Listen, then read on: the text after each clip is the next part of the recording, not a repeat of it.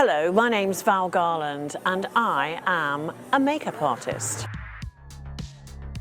When I started in the business, I was already a hairdresser and had been a hairdresser for quite a number of years. And I have a low threshold to boredom, so I wanted to try something else. And I used to wear so much makeup that I thought, I'm going to give the whole makeup thing a go. So I was living in Australia at the time. I moved back to England, arrived in London and started hanging out with these sort of like young, sort of like cool kids that sort of like the same kind of things as me. I mean, there was a hairdresser that I worked with called Eugene Suleiman, and there was a stylist that I worked with called Katie England, and we were just, you know, messing around really, sort of like doing sort of like test pictures, and but we all liked working together. And then one day Katie sort of said to me, look, I've been asked to do this fashion show. It's a young graduate from St Martin's.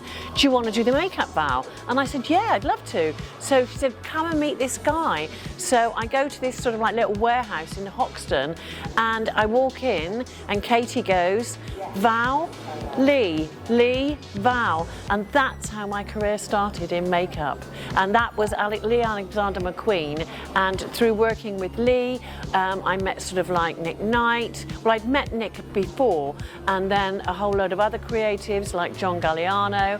And it just all took off from there. I think I was sort of like in the right place at the right moment.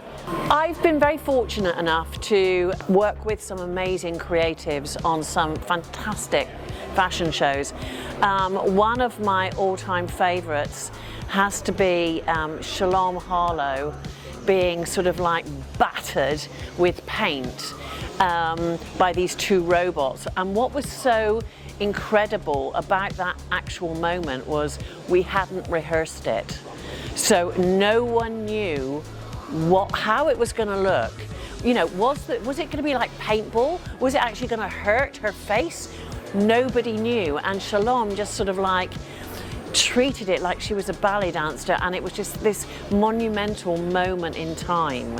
You know, there's lots of sort of times where you have to think. You have to think in kind of like 5 seconds. I remember I was doing a Mugler show with Sam, and we had all the makeup down pat, but then I heard that Lady Gaga was going to be in the show. I mean, I was already working with Lady Gaga, and Sam hadn't, well, I don't think Sam had thought about the hair. I hadn't thought about the makeup. I had 15 minutes to come up with a makeup idea for Gaga whilst I was doing the makeup, you know, and Sam's doing the hair, and it became a really iconic look. Some of my favourite fashion moments, catwalk moments, have been with Lee Alexander McQueen because they were legendary. One of the standout moments for me was the Voss show. This was where all the models, the audience, all they can see is a mirror.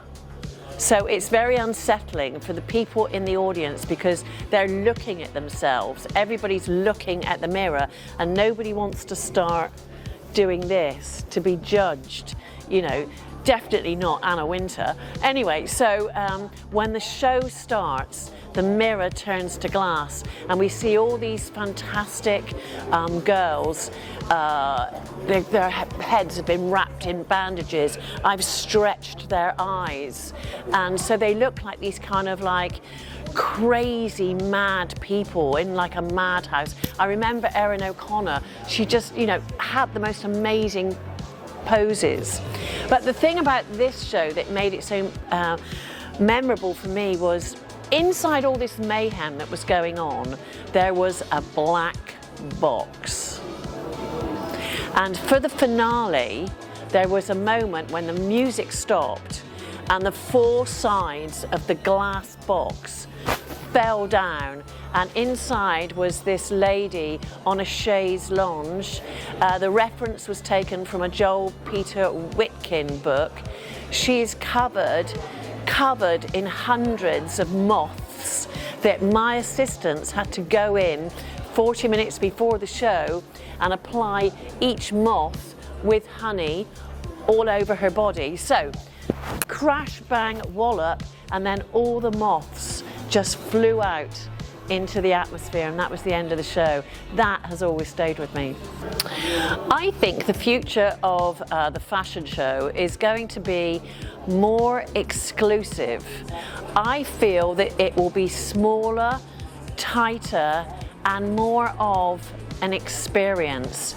If you weren't there, you weren't there. You know, I think it will be a sort of, I think we'll get, there'll be the AI bit, fine, but I think we'll get over the whole kind of like streaming out to everybody, and it will become a much more exclusive quality thing. That's what I would like to see happen. I think people should come and visit Catwalk at the V&A here in Dundee, because there is so much information here that you wouldn't know that goes into making a catwalk show. And also, we're looking at catwalk from way back when, and you can sort of like really see the craftsmanship and the expertise of what these designers have done and are doing, and it's just visually so exciting. So I would say get yourself down here, because if you don't, you've missed a great show. Here in Dundee at the V&A, I think the whole exhibition gets a ding dong.